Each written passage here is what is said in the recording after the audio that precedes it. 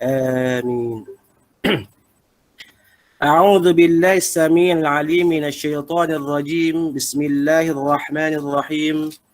الحمد لله رب العالمين، والصلاة والسلام على أشرف الأنبياء والمرسلين وعلى آله وصحبه أجمعين. بسم الله ما شاء الله، لا يسوق الخير إلا الله. بسم الله ما شاء الله، لا يصرف السوء إلا الله. بسم الله ما شاء الله، ما كان من نعمة فمن الله. بسم الله ما شاء الله، la haula wala quwata illa billahil aliyil azim. Dengan nama Allah, sesuatu itu terjadi mengikut apa yang dikehendaki Allah. Tidak ada sesuatu yang boleh mendatangkan kebaikan melainkan Allah.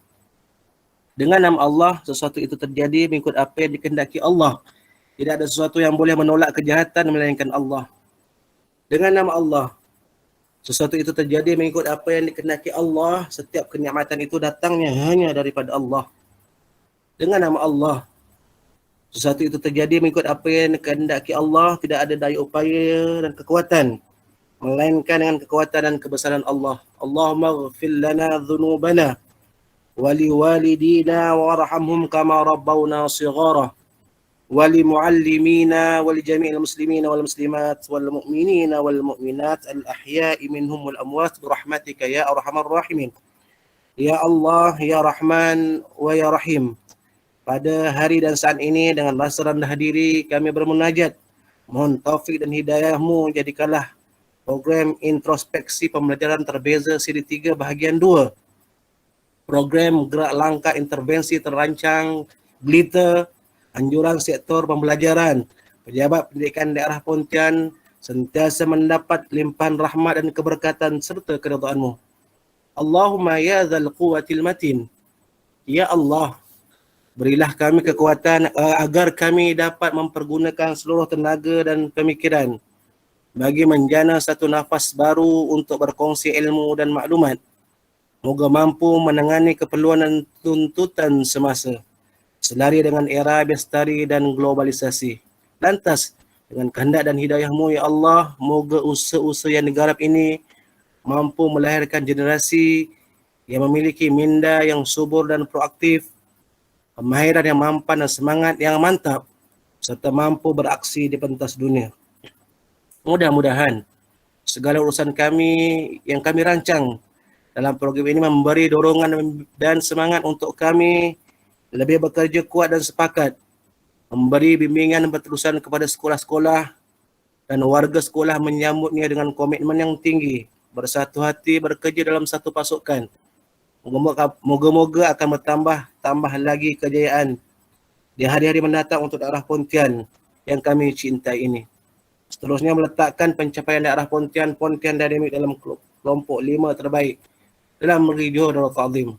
Allahumma ya badi'as samawati wal ard, ya dzal jalali wal ikram. Ya Allah, Engkau mantapkanlah semangat dan hasil kerja kami untuk terus menghambat kejayaan demi kejayaan dalam penuh dedikasi dan kecekalan ke arah menjana kecemerlangan yang berterusan.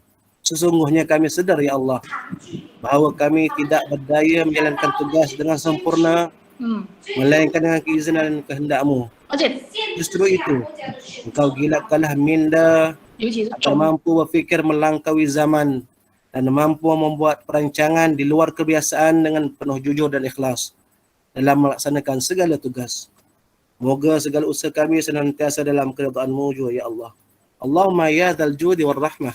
Ya Allah, peliharalah, lindungilah, jauhilah dan selamatlah kiranya diri kami yang hadir dalam program ini, zuriat keturunan kami, keluarga kami, rakan-rakan guru kami, warga pendidikan, murid-murid kami, keluarga mereka dan rakyat Malaysia keseluruhannya daripada apa jua balak bencana, wabak dan penyakit terutama COVID-19, segala mara bahaya, kesusahan dan keburukan. Kepada-Mu jua, ya Allah, kami berserah dan bertawakal. Allahumma ja'al jam'ana hadha jam'a marhumah wa tafarruqana min ba'di tafarruqan ma'sumah. Allahumma la tufarriq jam'ana hadha illa bi dhanbi maghfur wa sa'yi mashkur wa amalin salihin mutaqabbalin mabrur. Birahmatika ya azizu ya ghafur. Rabbana 'alaika tawakkalna wa ilaika anabna wa ilaikal masir. ربنا آتنا في الدنيا حسنة في الآخرة حسنة وقنا عذاب النار وصلى الله على سيدنا محمد وعلى آله وصحبه وسلم الحمد لله رب العالمين تقبل الله منكم.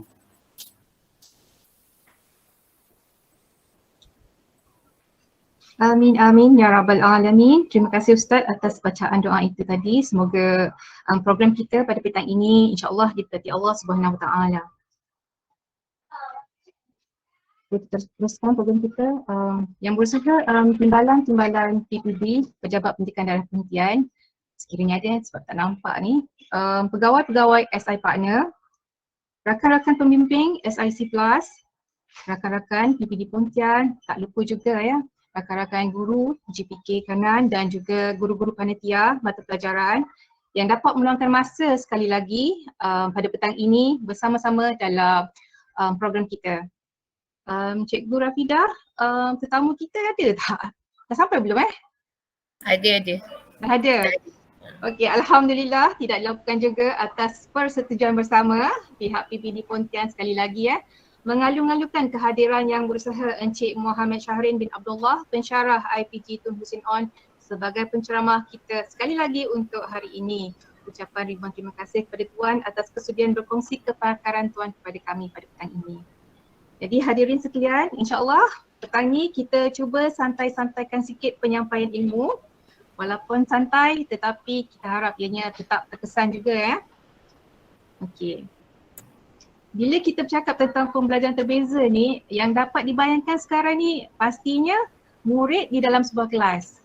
Betul cikgu Kita ada murid, kita ada satu kelas. Jadi kita nak masukkan elemen pembelajaran terbeza. Okey.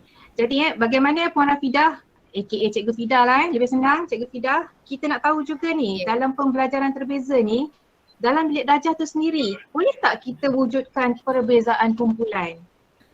Macam mana tu Okey, terima kasih Puan Cikgu Jamilah. Alhamdulillah kita bersua lagi pada petang ni, kita santai, jangan stres-stres cikgu. Kita memang benar kita dalam kelas kita memang ada keterbezaan dalam kumpulan. Kita dah sedia maklumkan. Yang semalam kita bincangkan perbezaan dari setiap individu, iaitu perbezaan murid. Okey, saya buka bahan saya. Okey, nampak tak cikgu-cikgu? Nampak cikgu? Nampak. Alhamdulillah. Ya, nampak. Besar tak paparan? Cuma ada yang kata nanti boleh besarkan sikit tak cikgu? Okey, sebentar present. Okey, ni jelas? Besar? Besar, jelas. Okey, baik. Semalam kita dah berbincang tentang perkara yang perlu diberi perhatian sebelum melaksanakan pengajaran terbeza. Kita ada latar belakang murid, kesediaan murid, gaya pembelajaran, minat, kecerdasan, pelbagai, kognitif dan persekitaran. Dan bila kita ada murid yang berbeza, sudah tentulah kita akan membina sekumpulan yang berbeza kan mengikut murid.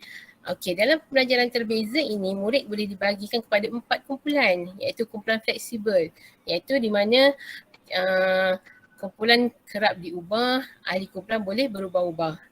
Dan jenis yang kedua adalah kumpulan homogeneous, iaitu kumpulan dibentuk mengikut aras keupayaan murid yang sama, jantina, minat dan lain-lain.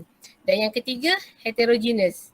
Okey, cikgu tak perlu hafal lah ada punya apa nama jenis kumpulan ni, tapi yang kalau boleh pada petang ni cikgu dapatkan, cikgu maklum ambil serap maklumat tu apa di kumpulan fleksibel. Okey, itu yang lebih penting lah sebenarnya untuk cikgu aplikasikan dalam kelas.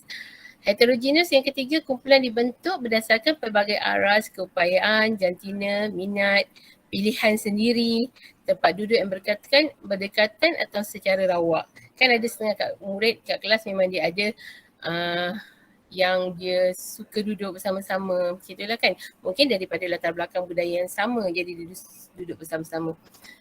Okey, itu dalam kategori heterogeneous. Dan yang keempat, flexogenous. Flexogenous ni maknanya kita boleh gabungkan kedua-dua heterogeneous dan homogeneous dalam satu kumpulan.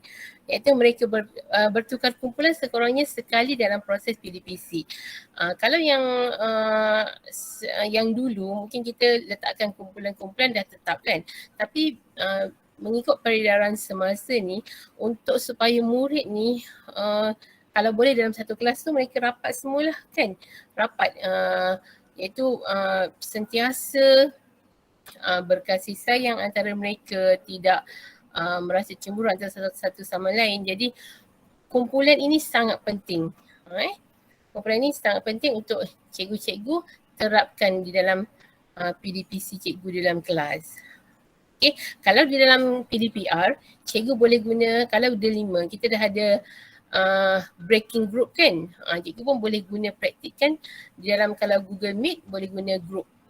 Group kan di dalam room-room yang disediakan dalam The 5 tu lah. Bila kita melaksanakan PDPC secara dalam talian. Okey, kita boleh lihat ni secara sekitar lalu yang saya cerita pada semalam, iaitu dari segi gaya pembelajaran murid, iaitu dari segi visual kan, semalam saya dah sebut sekali lalu. Linguistik, murid linguistik lebih mudah belajar melalui media bertulis sama ada membaca atau menulis. Murid spasial lebih suka penggunaan carta graf dan gambar bila sesuatu yang kita lihat. Lepas tu auditory adalah murid yang suka bercakap dengan diri sendiri, lebih suka dengan suasana yang sangat tenang, suka belajar sambil mendengar lagu. Okay?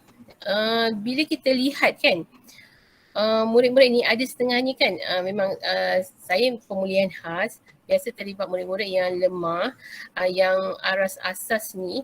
Jadi ada setengah murid tu yang memang dekat sekolah tu cikgu kata dia tak pandai bercakap. Maknanya dia tak nak bercakap, memang senyap je. Tapi dengan kawan dia bercakap dan dengan pokok dia bercakap.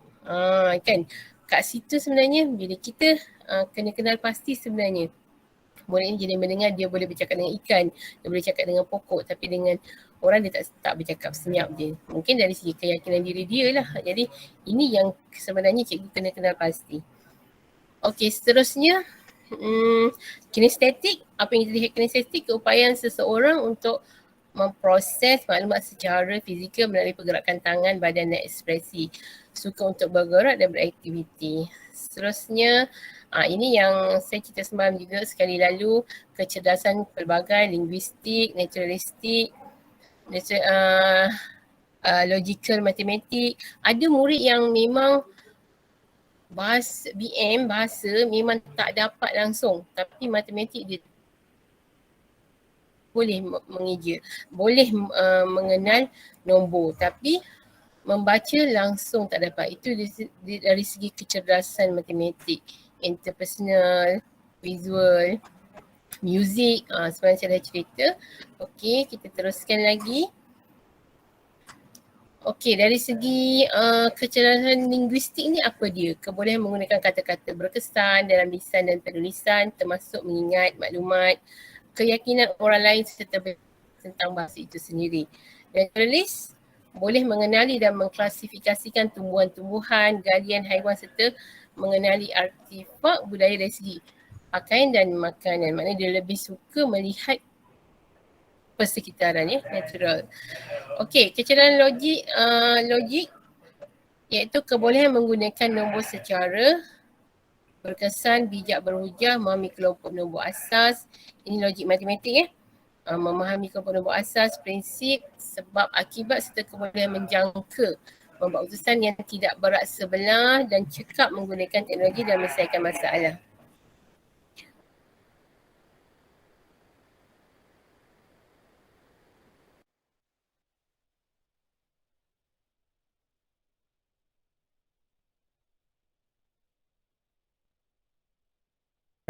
Macam mana kan, jadi dia boleh kenal cikgu tengah marah ke, cikgu tengah gembira ke, dia boleh baca. Jadi itu yang interpersonal.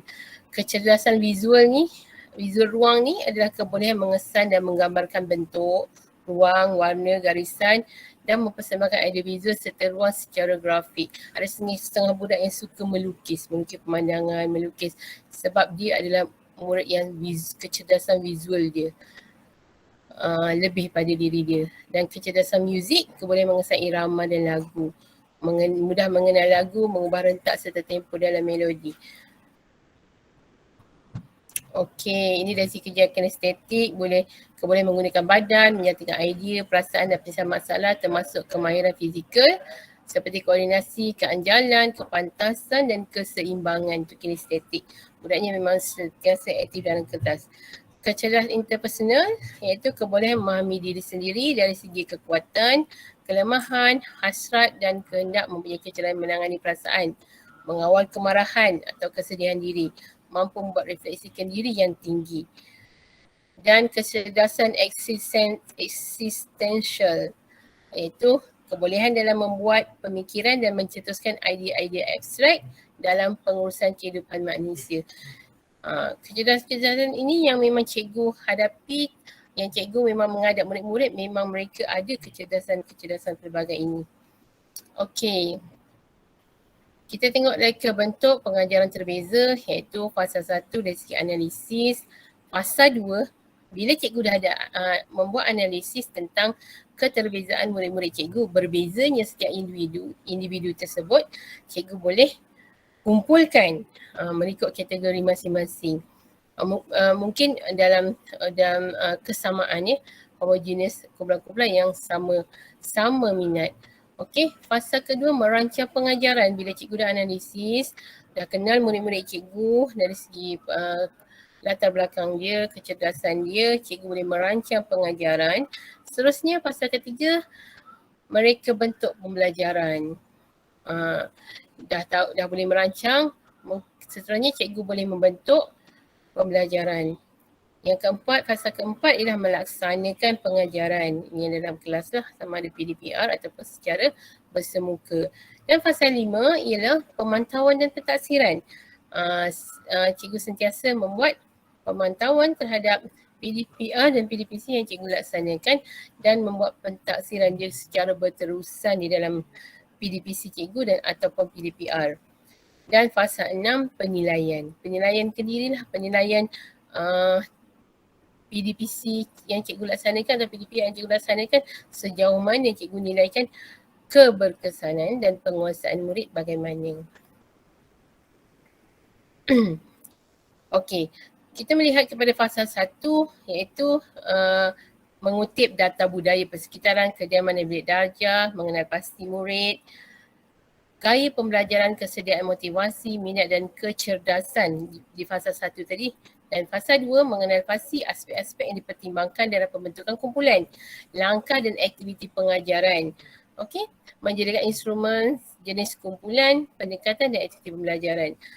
Dan fasa ketiga menetapkan kandungan, proses, produk atau persekitaran berdasarkan pola pengajaran terbeza, mendokumentasi rancangan pengajaran harian.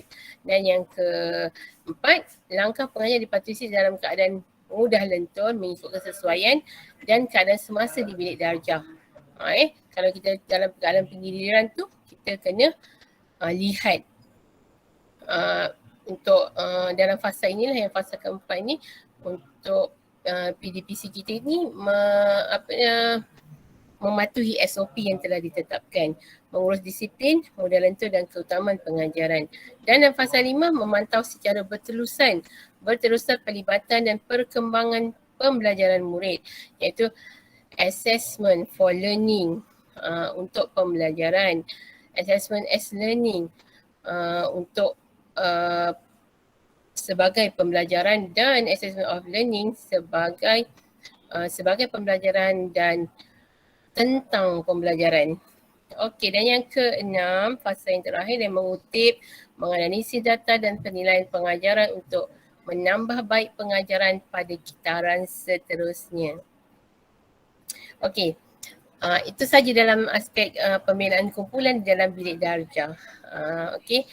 Dan setiap murid, every child is gifted. They just unwrap their package at different time. sama tidak semestinya everyone, fair isn't everyone getting the same thing. Fair is everyone getting what they need in order to be successful. Okay, itu saja Cikgu Jamilah daripada saya untuk tentang membina kumpulan dalam PDPC dan bilik darjah. Okay, kita tengok tadi nak bina kumpulan tadi ada 4 kumpulan Cikgu Fida. Fleksibel, homo, hetero, flexo semua tu. Jadi Yes, fasa-fasa ni daripada fasa 1 sampai fasa 6 ni nak tak nak untuk memudahkan proses kita buat kumpulan kena lalui lah fasa-fasa ni Cikgu Ya. Dia ada buat shortcut tak? Dia cikgu sendiri mengenal murid cikgu dan cikgu boleh buat pilihan kumpulan yang mana sesuai dan tidak statik. Kumpulan yang tidak statik lah. Jadi memang cikgu dah melihat kadang-kadang kita bila kita kumpulkan murid setiap PDPC dan PDPR kita dalam kumpulan yang sama dia jadi macam jadi jemu kan. Anak-anak murid kita ni mudah jemu. Jadi kita bila pelbagai dia boleh mengenal rakan-rakan dia. Kawan dia ni jenis cepat, kawan ni jenis membantu, kawan ni jenis yang mungkin dia jenis yang pentingkan diri. Jadi dari situ mereka saling ada asimilasi lah. Asimilasi tu berlaku dalam keseluruhan kelas akhirnya nanti. Alright. Terima kasih Cikgu Fida. Saya harap jelas cikgu-cikgu semua apa yang disampaikan tadi. Okey. Kita dah cakap tentang kumpulan. Okey. Kumpulan perbezaan kumpulan dalam bilik darjah. Tentunya cikgu-cikgu ni nak tahu pembelajaran terbeza ni ada pula ataupun tidak dan bagaimana sebenarnya ia dapat dilihat dalam RPH. Macam mana cikgu Kita tak mahulah soalan tu berlegar lama sangat dalam fikiran kita ni. Jadi kita perlukan penghuraian dengan jelas. Apa kata kita jemput penceramah undaran kita Encik Syaran untuk menjelaskan tentang pola bagaimana sebenarnya pola ni dapat dilihat dalam RPH itu sendiri. Dan untuk makluman Cik Syarin boleh tak kalau kita buat sesi soal jawab juga semasa sesi pembentangan ni? Boleh. Tahu ada yang perlukan penjelasan? Okay. Boleh. Alright. Okay, boleh teruskan Cik Syarin. Ya, saya paparkan terima kasih Puan MC, Puan Cikgu Jamilah yang berusaha Puan Rafidah, rakan-rakan guru, SIC Plus, PPD dan sebagainya yang ada bersama sesi pada hari ini. Assalamualaikum warahmatullahi wabarakatuh. Salam sejahtera. Izin saya berkongsi bahan sedikit bagi memberi gambaran. Kita tajuk atau tema tu kita tidak berapa risau sangat. Yang penting kaedah. Mungkin saya bawa tema pedagogi, Cikgu Rafidah bawa tema pembelajaran, tapi objektifnya dia masih berkisar kepada kemenjadian murid dalam PDPR ataupun PDP yang menjelang nantilah kita tambah nilainya. Saya cuba paparkan sekejap.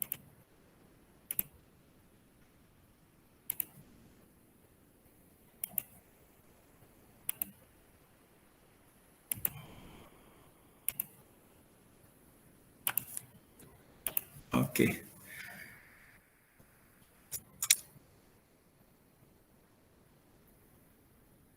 Dah ada? Belum? Di skrin saya belum lagi. Okey, sebentar.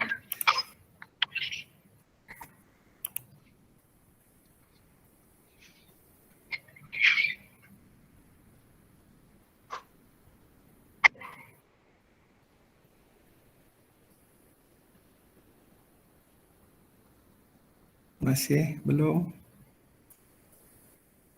Belum lagi ke? Talian saya yang lambat ni sebenarnya. Rakan-rakan lain bagaimana? Dah nampak belum?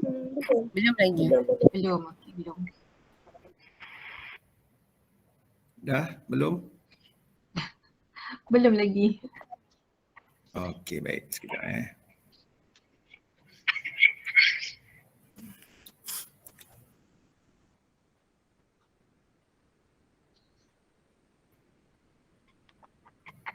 Okey. Bab 2, pengenalan pedagogi terbeza. Okey, baik.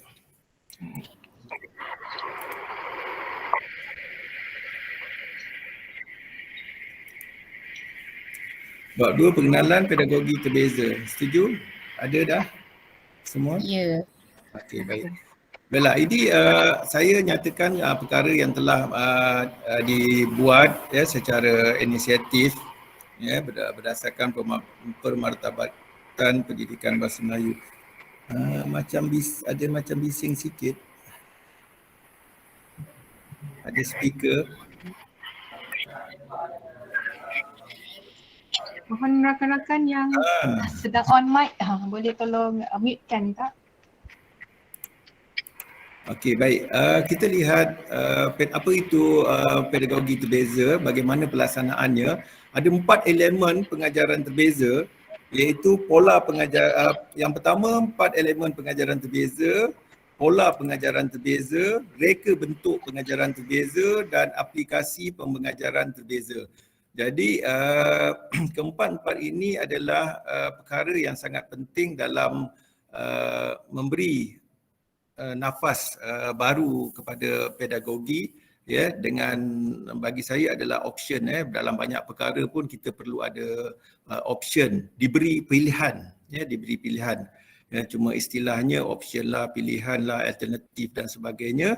Jadi gaya pengajaran guru itu perlulah dipelbagai dan divariasikan, seperti saya mengulang kembali episod semalam, ujaran-ujaran dari kata-kata saya lah, saya ambil kembali. Jadi 4 perkara yang penting ini, apa dia? 4 elemen pengajaran terbeza. Yang pertama ialah persekitaran, ini tak berapa terang juga, persekitaran, proses, kandungan, produk. Ini 4 elemen.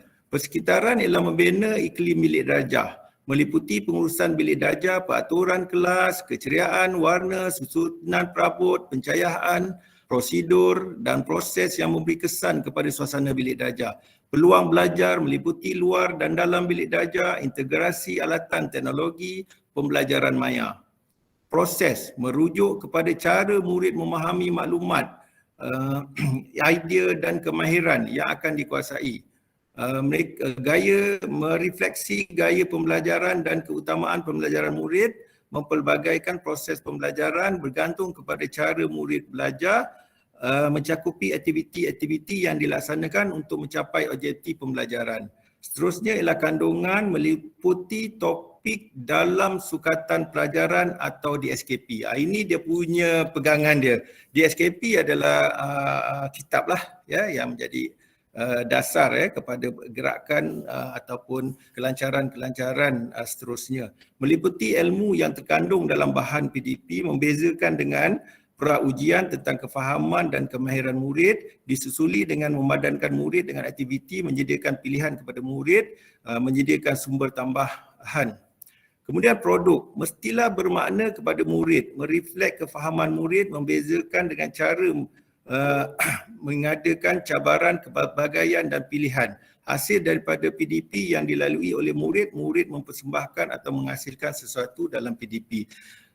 Jadi itu tentang elemen pengajaran. Mesti ada kandungan, mesti ada proses, mesti ada produk, mesti ada persekitaran, dan maka kita terjemahkannya pula dalam bentuk pola pengajaran terbeza. Jadi pola ejaan, pola pengajaran terbeza, ini adalah pola ataupun lebih diandaikan saya boleh terima sebagai pattern. Pattern. Jadi pola pengajaran terbeza ni ada 15 pola. Tuan, slide tu boleh besarkan sikit. Boleh besarkan lagi. Okey. Boleh. Cikgu-cikgu tak nampak. Okey.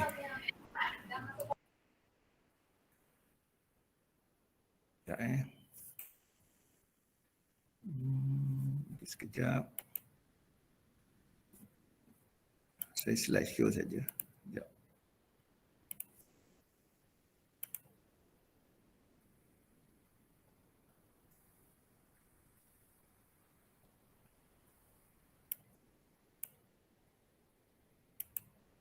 Boleh nampak? Boleh tak? Saya cuba slideshow. Okey, boleh. Okey, sekejap. Okey. Okey, ini yang tadi baru nampak. Okey, ini tentang pola. Pola pengajaran terbeza. Ya, apabila kita kembali kepada elemen kandungan, produk, proses dan persekitaran, ya, terwujud dalam pola pengajaran.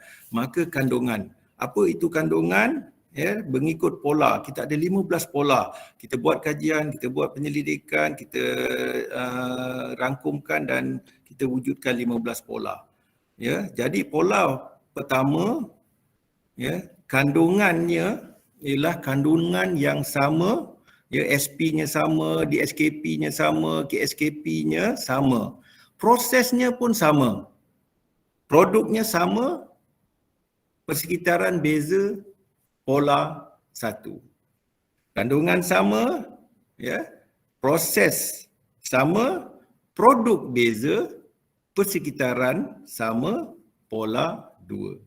Kandungan sama, proses sama, produk sama, persekitaran beza, pola tiga. Pola tiga. Saya ulang, kandungan sama, proses sama, produk beza, persekitaran sama, pola dua. Kandungan sama, proses sama, produk beza, persekitaran beza, pola tiga. Nah, ini dia punya sipir membaca pola itu telah diwujudkanlah dia punya jadualnya, penjadualannya, ya, supaya pemikiran kita akan terarah, ya, apabila nanti untuk membuat RPH, ya. Sehinggalah pola ke-15, ya. Kandungan beza, prosesnya beza, produknya beza, persekitarannya sama, ya, polanya 14.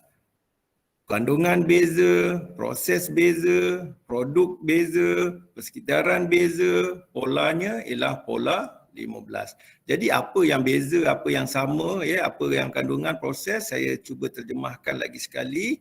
Ya, dalam reka bentuk pengajaran, kita perlu fasa pertama iaitu analisis, kemudian kita perlu merancang, kita perlu mereka bentuk pelajaran, kita perlu melaksanakan pengajaran, kita perlu pemantauan dan pentaksiran, dan kita perlu penilaian. Ini reka bentuk pengajaran terbeza. Ya, sama juga reka bentuk pembelajaran terbeza. Nanti buat banding beza. Ya, apakah perkara-perkara titik-titik penting yang dapat ditemukan dalam proses pembelajaran ini. Seterusnya,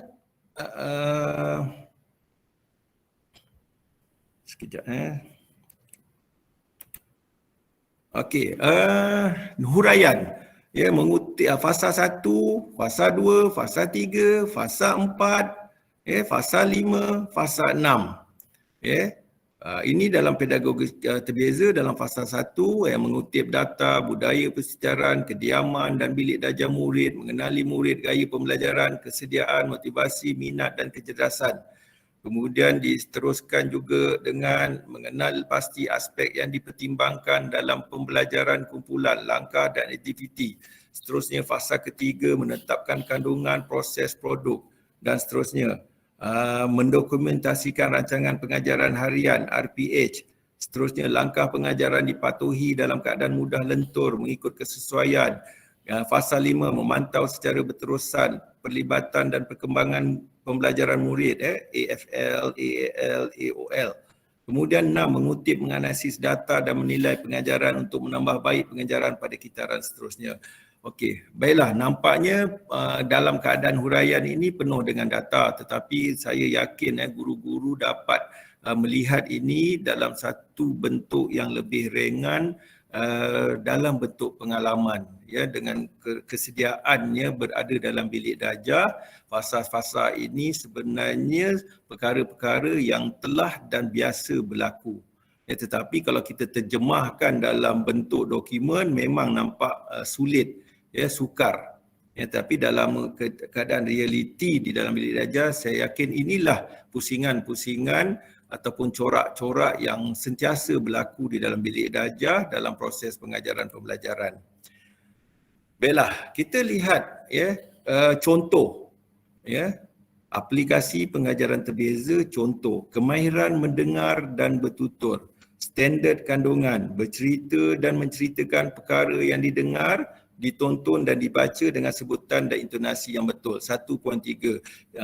Cikgu-cikgu yang dah biasa sangat dan di SKP ataupun dah menghafal, boleh lihat ini adalah contoh yang kita cuba berkongsi bersama pada hari ini. Kemudian dalam standard kandungan ada standard pembelajaran, ya, ada standard pembelajaran iaitu 1.3.1, bercerita dengan sebutan dan intonasi yang betul, ya. Dan kita lihat lagi, ini adalah contoh pola 1. Kalau kita berbalik tadi, kita ada pola 1. Kita balik semula sekejap. Pola 1, kandungan sama, proses sama, produk sama, persekitaran beza, pola 1. Ini contoh pola 1. Contoh pola 1. Kandungan sama di SKP BM tahun 4. Ya, kandungan 1.3, SP 1.31. Kumpulan ABC. Buatnya kumpulannya ABC, membuat buku kecil berdasarkan gambar tunggal. Nampak? Kandungannya sama, prosesnya pun sama. Kemudian produknya kumpulan ABC juga tadi menghasilkan produk yang sama. Setelah membuat buku kecil, bercerita tentang buku kecil tersebut. Cuma persekitarannya berbeza. Sama ada maya dan di bilik darjah ataupun rakaman semasa bercerita. Jadi persekitaran ini beza mengikut pada elemen yang semalam saya sentuh. Dalam keadaan apa kehadiran murid itu kita terima. Jangan tidak terima ketidakhadiran itu. Jangan diambil kira dulu. Ambil kira kehadiran. Kehadiran yang saya sebut semalam ada 4 elemen kehadiran bersemuka, ya, di dalam bilik darjah. Kemudian segera ada maya. Kemudian ada juga maya yang tak segera.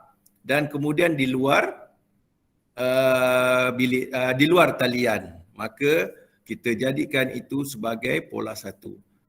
Okey, kalau tak faham lagi, faham pelan-pelan dulu. Ya. Bermakna, saya ulang lagi sekali, bermakna sebelum merancang, semasa merancang, pemikiran kita telah terarah kepada pola. Ya, kita tengok jadual ini macam matematik, panggil apa tu, formula, ya. Sains pun ada formula, bahasa Melayu pun ada juga. Ya, kita hafalkan, tak perlu hafal, tengok saja jadual ini, bukan banyak pun. Hari ini kita nak merancang tentang pola 1. Apa dia pola 1? Kandungannya sama, prosesnya sama, produknya sama, persekitarannya beza. Maka kita isilah dalam RPH kita pemikiran yang telah kita rancang ini berdasarkan pemikiran terarah kandungan, pemikiran terarah proses, pemikiran terarah produk dan pemikiran ke arah persekitaran itu. Maka dapatlah kita menterjemahkan rancangan pengajaran harian pada itu untuk dibawa ke dalam bilik darjah berdasarkan pola ini. Ya, okey, baiklah. Saya teruskan sikit sebab ini tak banyak, nanti baru kita terus soal jawab. Kita beri lagi satu contoh pola 4. Kandungan sama, proses beza, produk sama, persekitaran sama. Kandungan sama di SKP BM tahun 4.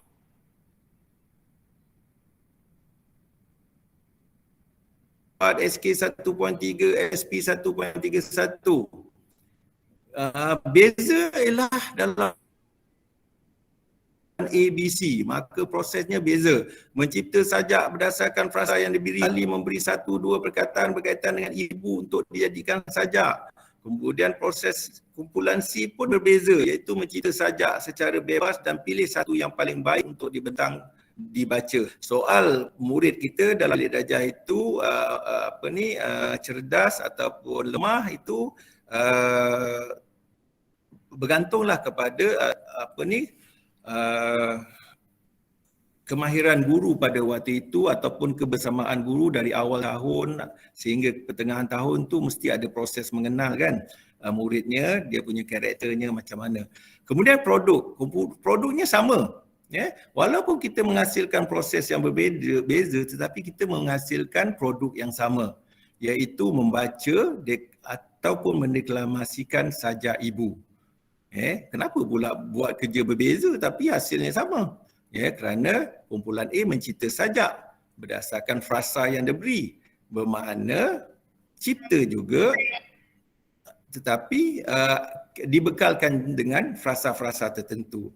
Kumpulan B mencipta juga tetapi menggunakan teknik rantai. Setiap ahli dia diberikan 1-2 perkataan dengan ibu untuk dijadikan sajak. Kumpulan C mencipta juga. Cuma proses mencipta itu lain untuk menghasilkan produk, mendeklamasikan sajak atau membaca saja sajak tentang mungkin tema atau tajuknya ibu. Di mana berlaku? Di dalam bilik darjah. Kalau berlaku dalam bilik darjah, kena ingat nanti buka sekolah kita ada sistem penggiliran. Penggiliran yang macam mana itu, mungkin kita akan gunakan pola ini waktu penggiliran itu. Maka kita cari pula pola yang pastikan persekitaran itu beza supaya senang. Ada budak di sekolah, ada pelajar, ada murid di sekolah, ada murid di rumah, ada murid di kantin, ada murid di mana-mana saja. Persekitaran itu mudah dicorakkan dan pola itu akan mudah dipetik atau dipilih berdasarkan penjadualan ini. Ini sedikit tentang pola ataupun pola 5. Di kandungan sama, proses beza, produk sama, persekitaran beza. Tadi kita mungkin dah faham, insyaAllah faham. Kandungan sama, prosesnya beza, produknya sama tetapi persekitaran beza. Melayari, meneroka sajak melalui maya. Kemudian persekitaran itu berbeza. Ada tambah nilai di sini kerana kita telah ada pengalaman PDPR, melayari, meneroka internet dan sebagainya, maka pengalaman itu jangan ditinggalkan waktu pasca pandemik nanti. Tadi kita dah sentuh penggiliran, kita sekarang dah sentuh, jangan tinggalkan pengalaman PDPR itu untuk proses meneroka dan melayari. Okey, itu pola 5. Pola 7, contoh. Kita ada 15 pola ni, saya petik-petik saja. Sama, beza, beza, beza. Sama, beza. Proses beza, susun gambar dan cerita dengan betul, maka menghasilkan produk yang beza. Bercerita berdasarkan carta ahli bergambar. Proses beza kerana ada 3 kumpulan. Kumpulan B membuat buku kecil berdasarkan gambar tunggal, maka hasilnya pun beza juga. Bercerita berdasarkan buku kecil. Kemudian menghasilkan proses meneroka suatu perkara melalui internet. Produknya ialah kumpulan C, bercerita tentang kejadian hujan melalui rajah kitaran hujan. Maka apabila proses itu berbeza, waktu persekolahan penggiliran nanti, mungkinlah kumpulan C ni kita dudukkan dia di rumah. Mungkin dia tidak ada hadir, belum vaksin yang cukup ataupun ibu bapa tak yakin nak hantar. Ingat semalam saya ada sentuh community. Community itu terlibat sama dalam proses PDP kita. Kalau ibu tak yakin menghantar anak ke sekolah, maka kita jangan cuai dan abaikan mereka. Kita bagi pola 7 ini yang mana mereka buat kerja dalam kumpulan C meneroka di rumah mereka. Mungkinlah itulah saya sedikit gambaran lah. Kita belum sampai kepada pembukaan sekolah atau pasca COVID ni. Jadi kita belum nampak lagi perkembangannya bagaimana. Okey. Baiklah, ini tentang pola 7. Ini bacaan tambahan. Saya rasa contoh-contoh itu memadai ya untuk petang yang singkat ini. Ya. Boleh saya kongsikan, saya tak nak tambah-tambah lagi sebabnya banyak lagi alternatif ya. Hybrid pun sebenarnya saya sentuh sikit je semalam kerana hybrid ni lebih kepada elemen bagaimana kita nak mengubah suai dalam keadaan ad hoc atau serta-merta. Dia macam kereta kita kan hybrid kan. Gas kita habis jadi tukar pergi minyak, minyak habis tukar pergi elektrik dan sebagainya. Maka dalam proses pergerakan itu berlaku, tetapi dia akan berubah-ubah mengikut apa yang package yang kita ada pada waktu itu yang lebih dominan untuk digunakan. Ini bacaan macam tambahan lah yang boleh kita lihat nanti. Saya rasa slideshow saya dah habis. Itu saja untuk perkongsian. Kalau ada sedikit sesi soal jawab. Kalau ada yang tak faham tentang pola, ya, saya kembali kepada pola tadi. Ya. Ini bukan satu yang perlu, yang pasti ya, sebagai mencari gaya ya, gaya style mengajar ya. Okey, lihat kenapa kami terjemahkan dalam bentuk pola ya. Ya, saya tak menyentuh pun tentang RPA. Ada di arus perdana ya. Apabila alternatif ini ya, perbezaan ini dibawa masuk dalam persisaran guru ya, mesti tidak boleh ada unsur tekanan ataupun beban tugas ataupun di daerah, berada di negeri atau berada di zon ya. Mungkin RPH itu ada formatnya tersendiri dan sebagainya. Cuma pindah sahaja aras pemikiran kita bahawa untuk membina RPH yang sudah tentang proses, fikirkan tentang produk dan fikirkan tentang persekitaran. Dan pola ini bertujuan untuk mengarah pemikiran kita merancang. Itu sebenarnya yang dimaksudkan tentang pembelajaran terbeza, pembelajaran terbeza atau pedagogi terbeza. Saya rasa itu setakat ini perkongsian saya. Saya kembalikan kepada Encik Syarif, sebenarnya ada lagi masa kita peruntukkan ni. Ada masa lagi Encik Syarif sebenarnya. Kita kasih masa. Ada masa tambahan sebenarnya. Yeah. Ada lebih kurang 10-15 minit lagi ni. Kan macam mana nak teruskan kepada sesi soal jawab? Cikgu-cikgu, sekiranya ada soalan. Putus-putus boleh sesi soal jawab. Saya cuba lihat bahan lain, insya-Allah ada lagi. Jangan yang berat-berat soalannya. Jangan yang berat-berat soalannya ya.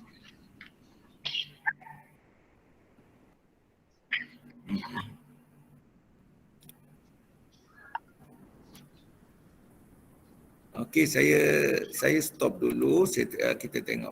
Ada putus.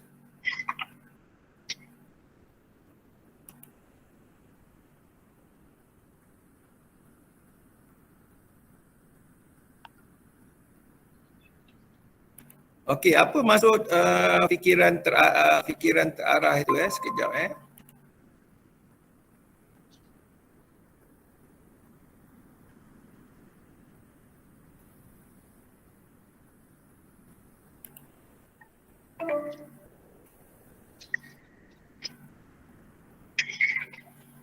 Boleh nampak skrin saya? Belum lagi. Rakan lain? Okay, dah boleh nampak? Belum. Okey, belum lagi. Dah ada belum? Belum lagi. Yang tadi tak ada soalan Yang ni dah ada? Macam jelas bila. Belum Belum lagi.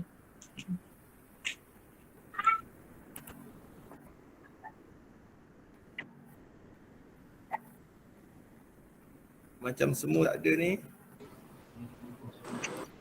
Saya stop dulu. Cik Charin. Ya. Cikgu Ramona. Teruskan tanya. Cikgu Ramona.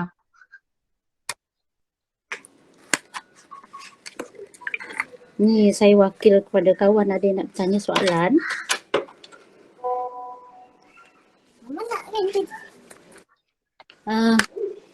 Boleh saya bercakap? Teruskan Cikgu Ramona. Teruskan.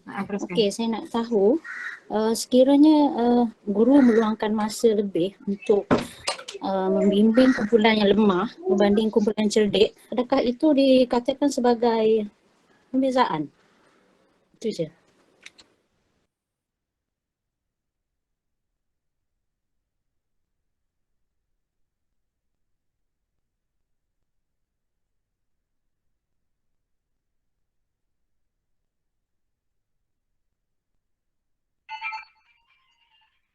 Soalannya tadi, sekiranya guru luangkan masa pada murid yang lemah ataupun yang pandai ya? Maknanya guru tu meluangkan lebih masa kepada murid yang lemah, Murid lemah berbanding dengan berbanding dengan kumpulan yang cerdik. Adakah Maknanya itu adakah dikira itu sebagai dikira pengajaran sebagai terbeza? pembezaan? Bagaimana daripada Apa pendapat Encik Syahrin?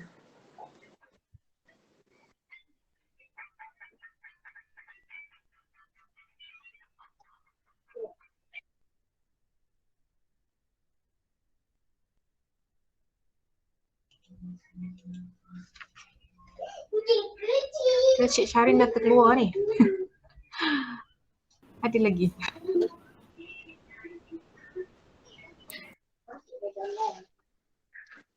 Ahli panel lain pun boleh nak Oh, jawab. dah terboleh. Tak apa. Okey, saya jawabkannya. Untuk bila kita nampak tadi kan dari segi murid pandai dan murid lemah murid asas lah. Kat situ pun dah ada terbeza, tapi keterbezaannya tu kita lihat dari segi apa. Cikgu Ramona, kita tadi ada pembezaannya tu daripada 4 perkara. Kena kita lihat daripada segi proses, kandungan, proses, produk dan persekitaran. Jadi bila kita lihat, memang kita nak murid aras tinggi, aras sederhana dan aras rendah kan.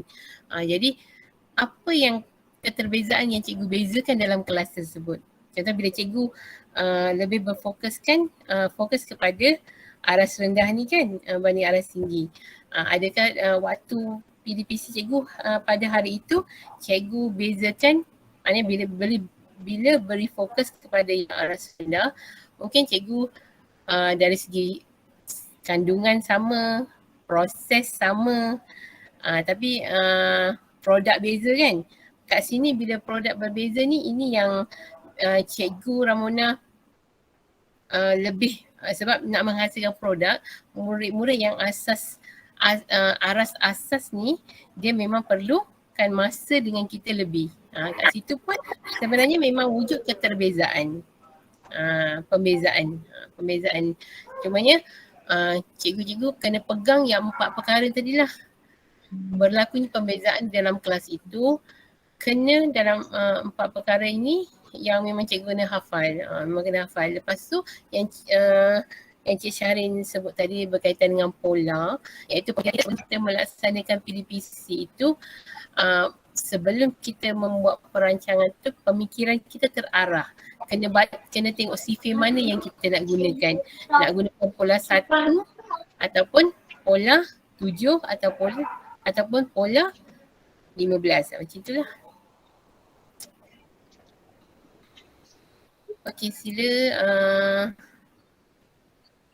Cik Nurziha nak respon.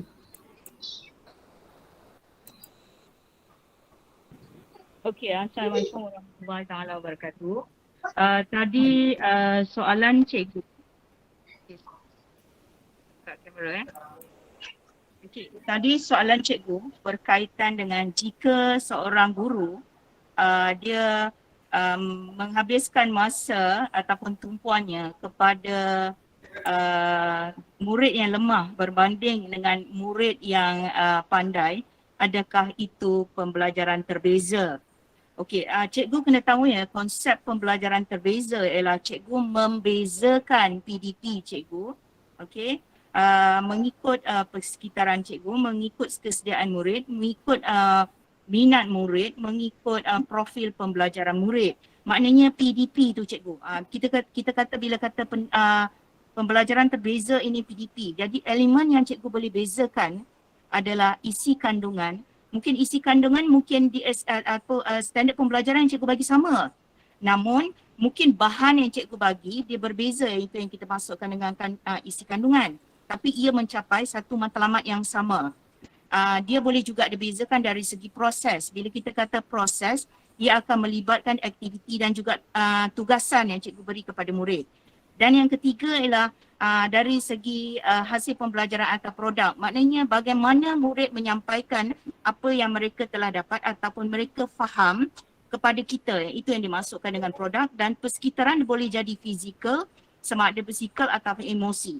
Jadi dekat sini cikgu, bila cikgu kata sekadar menghabiskan masa pada murid yang lemah dan tidak pada murid yang pandai tadi ataupun murid yang cemerlang, itu bukan bermaksud pembelajaran terbeza cikgu, tapi pembelajaran terbeza macam mana sebenarnya cikgu menyampaikan PDP cikgu yang menunjukkan keterbezaan dari segi isi kandungan, proses, hasil pembelajaran dan juga persekitaran. Jadi kalau katalah cikgu habiskan masa pada murid yang lemah, tapi cikgu biarkan murid yang pandai ni tanpa aktiviti atau aktiviti anchor seperti pengukuhan ataupun pengayaan, itu yang bukan yang dimasukkan dengan pembelajaran terbeza. Jadi cikgu kena faham maksud pembelajaran terbeza. Does it mean that you spend more time pada yang murid yang lemah ni?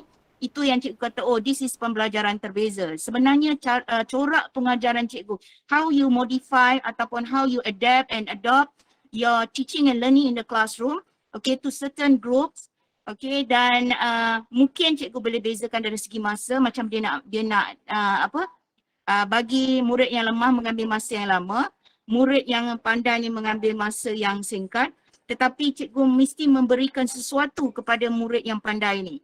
Tetapi kalau sekadar cikgu menghabiskan masa, okay, pada murid yang lemah ni, that is not totally pembelajaran terbeza. Okay, terima kasih. Okay, terima kasih.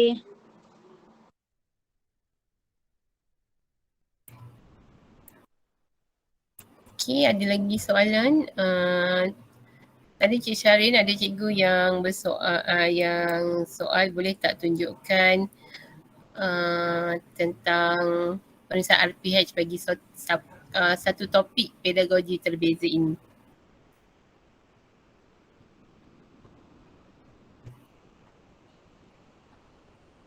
Cik Syarin ada di talian?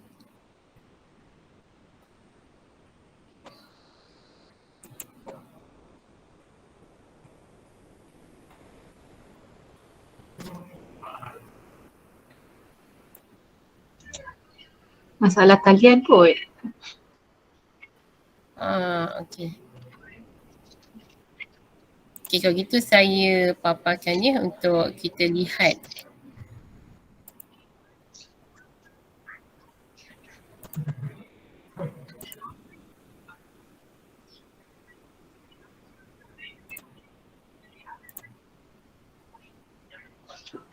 Sebenarnya saya sendiri ada soalan nak tanya pada Cik Syarin tentang pola ni.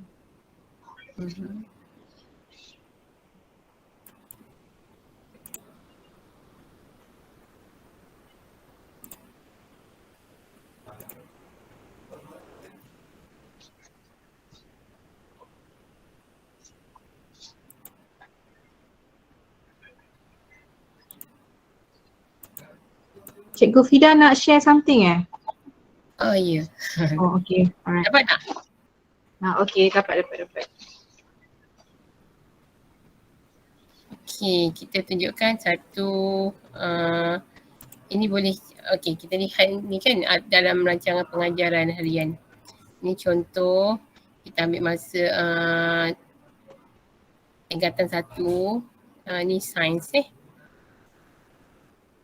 Okey, standard kandungan, standard pembelajaran. Boleh nampak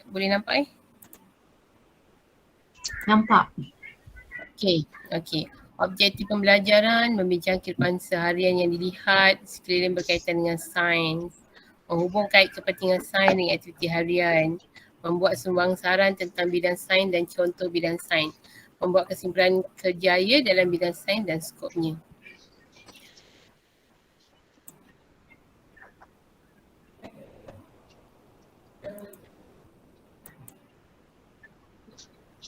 Okey, kita lihat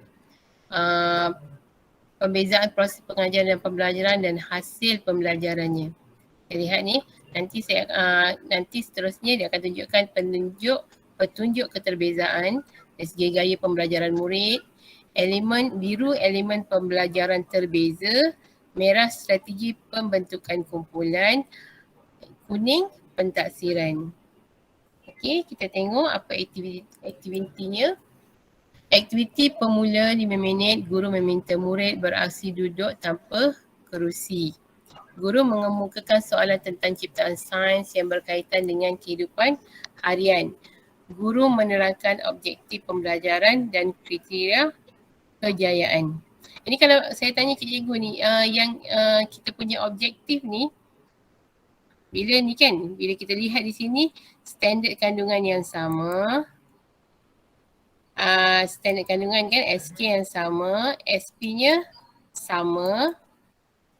Di sini objektif pembelajaran. Okey, kita lihat di sini. Okey. Bila aktiviti pemula tu guru minta murid membuat aksi duduk tanpa kerusi. Yang kedua, guru mengemukakan soalan tentang ciptaan sains yang berkaitan dengan kehidupan harian.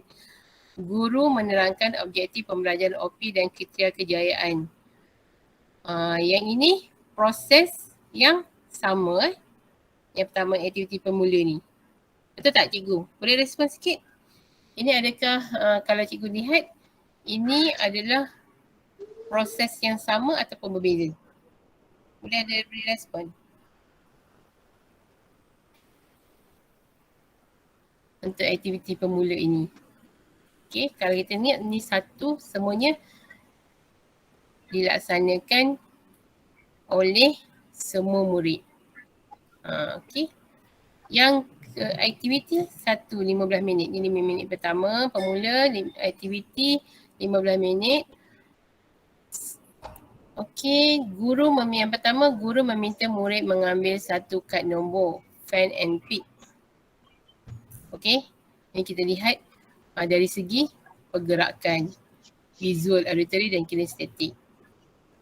Yang kedua, murid mencari pasangan berdasarkan kad nombor. Okay. Yang ketiga, guru meminta murid berbincang mengenai fenomena alam semula jadi dengan pasangan yang telah ditentukan Setiap pasangan membincangkan 4 jenis fenomena. Okey. Dan yang keempat, murid melengkapkan peta buih berkaitan fenomena yang telah dikenal pasti. Yang kelima, murid menyimak jawapan pasangan yang lain. Okey, yang keenam, guru memberi maklum balas. Dan yang ketujuh, murid merujuk kriteria kejayaan. Okey, selanjutnya kita akan lihat di mana elemen keterbezaannya. Elemen apa yang terbeza?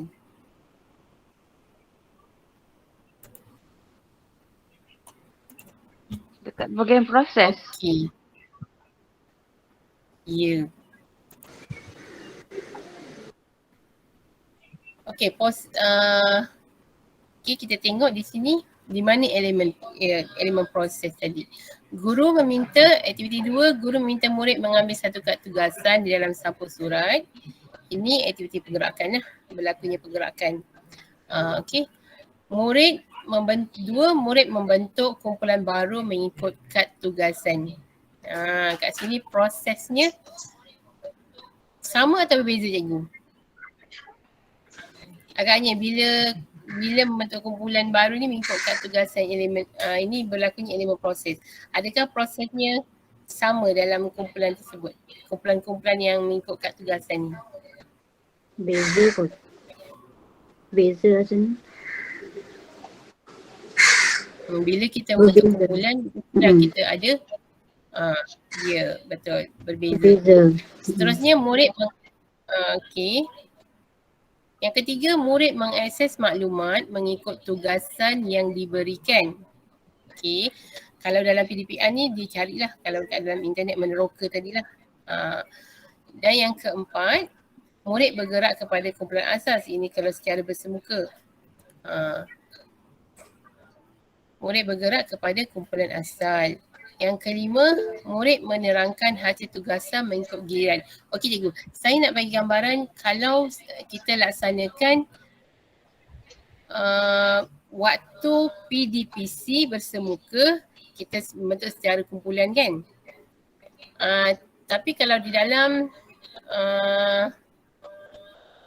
atas talian, dalam atas talian kita pun ada breaking group, grup yang terpisah yang kita boleh buat dan kembali ke kumpulan asal. Okey. Kat sini cikgu kena mahirkan lah untuk menggunakan Google Meet yang dalam aplikasi Delima kan, Google Meet yang melalui Delima yang kita ada akaun. Di situ kita ada aplikasi, di situ kita boleh buat breaking group. Okey. Seterusnya yang kelima, murid menerangkan hasil tugasan mengikut giliran. Kat sini, dan murid melengkapkan peta pokok. Yang ketujuh, murid sudah selesai boleh melaksanakan aktiviti anchor iaitu pengayaan, pengukuhan dan pemulihan. Okey. Dekat sini yang elemen nombor 7 ni cikgu nampak tak lihat elemen keterbezaannya? Elemen perbezaan ni nombor 7 ni kan. Nampak bila kita aktiviti pengayaan, pengukuhan, pemulihan, kita dah nampak mengikut aras murid. Dalam proses tu kita pun bila ada keterbezaan dalam proses, kita ada murid aras tinggi, ada aras sederhana dan aras asas. Bila aras asas kita beri pemulihan, aras sederhana kita beri pengukuhan, asas tinggi kita beri pengayaan. Tapi macam Cik Zihar cakap tadilah. Okey. Yang ke-8, maklum balas dari peta pokok daripada rakan kumpulan, penilaian rakan sebaya dan guru. Dan yang ke-9, kita lihat yang 9 ni, warna biru, elemen pembelajaran terbeza berlaku lagi. Okey, murid menampalkan hasil kerja yang telah disemak. Ini elemen produk. Produknya sama atau berbeza? Berbeza. Agak sama ke berbeza? Berbeza. Ya, bila kita membentuk kumpulan berbeza, sudah tentu elemen produknya pun berbeza. Kat sinilah sebenarnya yang memainkan, yang berkadar langsung dengan pola tadi. Sebab tu sebelum merancang RPH, kita kena, pemikiran kita terarah tu bermaksud kita kena tahu di mana pilihan pola yang kita nak pilih. Jadi ada setengah cikgu memang satu kelas tu memang murid memang arahnya mungkin sederhana tinggi. Jadi pun cikgu boleh melalui pemilihan yang mana. Cikgu nak kandungan yang sama, proses yang sama, hasil yang berbeza dan persekitaran yang sama dalam kelas kan, kalau dalam kelas. Kalau dalam kelas dan secara penggiliran, macam di kelas dan ada yang elemen segerak kan, tapi mungkin waktu PD PDPC yang akan datang ni yang bersemuka secara penggiliran, kita tak dapat melaksanakan segera sebab satu hari di sekolah murid ada 5 mata pelajaran. Kalau di rumah 3 masa sahaja. Pembelajaran di rumah. Kat situ tak ada elemen, tak boleh laksanakan elemen segera. Okey, setakat ni jelas cikgu? Jelas tak? Cikgu perlu kena tanya sebab kita interaktif ni kan lebih kami lebih suka kalau cikgu tanya kita tak faham. Puan, boleh saya tanya? Okey, bila tadi yang ke-9 tadi elemen produk dah berbeza nampak. Bila kita ada kumpulan, okey baik. Baik, sila. Puan, boleh saya tanya? Nak kepastian. Boleh tak kita katakan sebab apa objektif pembelajaran tu ialah satu pola yang tak arah. Maknanya bagi mencapai objektif pembelajaran tu kita kena ada kriteria tadi kan. Ada 3 kriteria tadi kan untuk mencapai objektif. Boleh tak pola tu dikatakan sebagai objektif pembelajaran?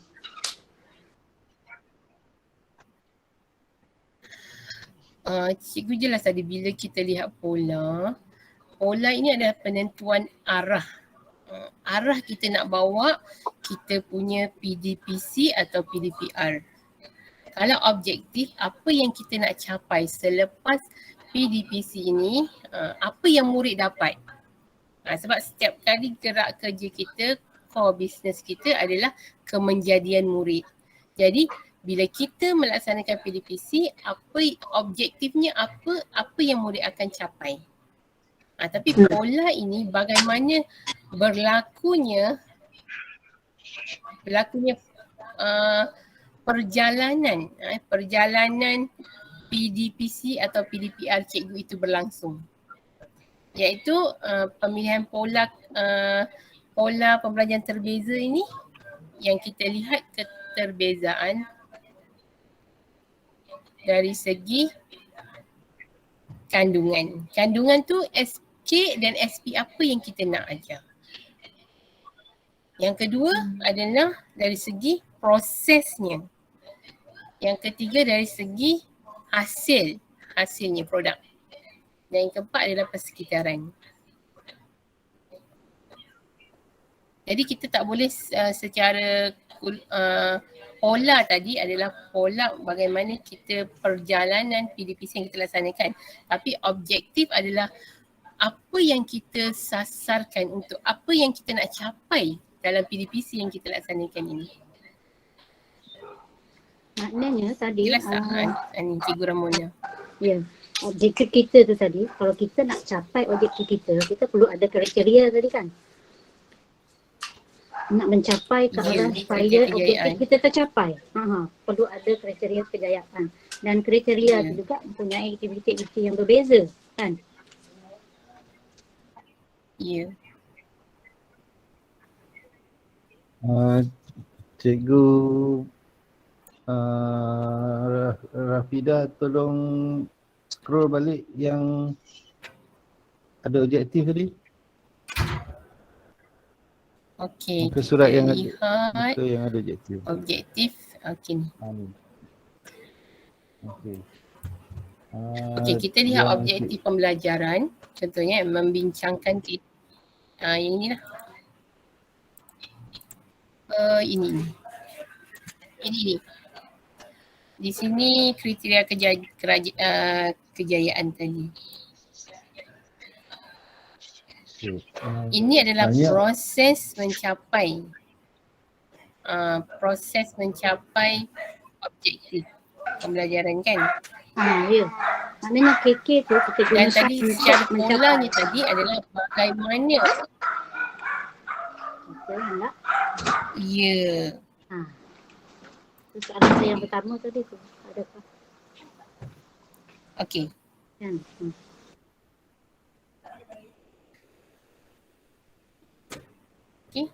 Yes. Okay, kalau sebenarnya objektif ni kita ambil berdasarkan daripada standard pembelajaran. dengan standard kandungan. Kita apa yang kita nak ajar, apa yang kita nak tahu sampai ujung period tu murid dapat apa. Tapi kriteria kerjaan ni ialah macam mana cikgu nak capai objektif. Maknanya kalau kata aktiviti itu ialah objektif, aktiviti ialah gerak kerja untuk capai objektif. Bukan dia gerak kerja yang menunjukkan dia itu objektif. Dia ialah macam mana cikgu nak gerakkan murid itu menggunakan kriteria ni untuk capai objektif. Jadi kalau kriteria tadi murid boleh membincang menyenaraikan 4 contoh aktiviti semua ni, inilah cara cikgu nak capai objektif lah. Tapi kalau kita tengok aktiviti, kita tengok aktiviti 1, slide 4.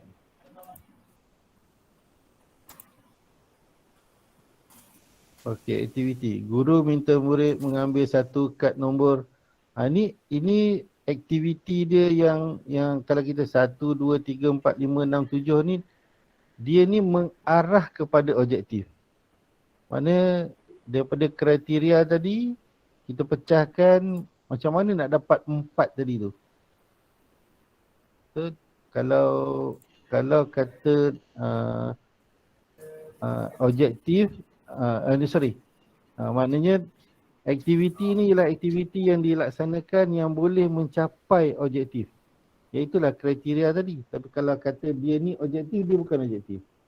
Dia ialah aktiviti untuk capai objektif. Okey, terima kasih. Assalamualaikum. Assalamualaikum. Adakah soalan dia apa yang dimaksudkan dengan kriteria kejayaan? Minta maaf, saya tak dengar soalan tadi. Bukan. Bukan Soal itu yang saya masukkan. Apa ya, Cikgu Ramona? Tapi betul lah yang dikatakan. Okey, objektif kalau macam kita buat RPH kan terdiri daripada 2 perkara yang penting. Yang pertama objektif pembelajaran kan. Okey, untuk mencapai objektif pembelajaran kita perlukan ada kriteria. Dalam kriteria itu ada aktiviti yang beza. Betul lah tadi yang dikatakan itu tadi yang jawab soalan tadi tu. Okey, saya bagi penerangan sikit ya Cikgu, perbezaan antara objektif pembelajaran dengan kriteria kejayaan. Okey, bila kita kata objektif pembelajaran, ia adalah apa? Apakah kefahaman, apakah pengetahuan, apakah kefahaman dan apakah kemahiran. Sebab bila cikgu buka dalam cikgu punya standard pembelajaran, perkataan kata kerja adalah kemahiran. Okey, kata kerja adalah kemahiran. Dan bila cikgu cikgu rungkai di SKP, kata nama, contohnya menulis karangan. Karangan itu adalah kata nama. Dan juga jika menulis karangan dengan betul, itu adalah kata sifat. Jadi menulis adalah kemahiran, karangan adalah kata nama dan dengan betul adalah kata sifat. Kata nama dan kata sifat ini adalah pengetahuan. Jadi apa yang dimaksudkan dengan objektif? Objektif memang kita ambil daripada standard pembelajaran, iaitu apakah pengetahuan, apakah kefahaman dan apakah kemahiran yang murid akan capai pada hari tersebut. That's why objektif dia memang tak boleh lari daripada standard pembelajaran, bukan standard kandungan. Okey, apakah itu kriteria kejayaan? Kriteria kejayaan adalah strategi. Okey, strategi yang cikgu rancang untuk mencapai objektif pembelajaran. Contohnya menulis karangan. Okey, untuk menulis karangan, apakah strategi yang pertama? Mungkin strategi yang pertama, murid kena menghuraikan ataupun menggariskan perkataan-perkataan dalam soalan yang diberikan. Okey, digariskan dulu. Dia mengenal pasti kata kunci. Okey, kemudian yang kedua, dia akan mengembangkan kata kunci tersebut. Itu strategi cikgu. Dan strategi yang ketiga ialah boleh menghasilkan satu perenggan karangan. Itu adalah strategi. Bila kita kata strategi, strategi berfikir dan strategi belajar itu adalah kriteria kejayaan. Bezanya dengan aktiviti cikgu, bila tadi cikgu mengenal pasti kata kunci, bagaimana cikgu nak mengenal pasti kata kunci dengan menggariskan ke, dengan membulatkan ke, dengan gunakan highlighter ke, itu adalah aktiviti. Dan jika cikgu mencerap guru-guru dan cikgu lihat dalam objektif objektif pembelajaran guru, contohnya menulis membuat peta buih untuk bahasa Melayu lah, contohnya bahasa Melayu, membuat peta buih tentang pencemaran air contohnya. Okey, jadi di sini cikgu nampak tak? Kemahiran bahasa Melayu bukan membuat peta buih. Jadi di situ ia tidak boleh menjadi cikgu punya objektif pembelajaran. Membuat peta buih adalah aktiviti yang dilaksanakan untuk mencapai objektif pembelajaran. Jadi dekat situ bila kita kata objektif, ia memang tidak boleh lari daripada kata kerja, okey, ataupun pengetahuan. Bila kita kata pengetahuan tadi, kata nama dan kata sifat yang ada dalam standard pembelajaran. Okey, terima kasih.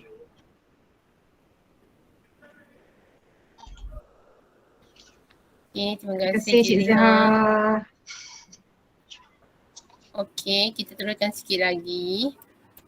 Kita lihat yang nombor 10 ni, murid merujuk kriteria kejayaan untuk semakan.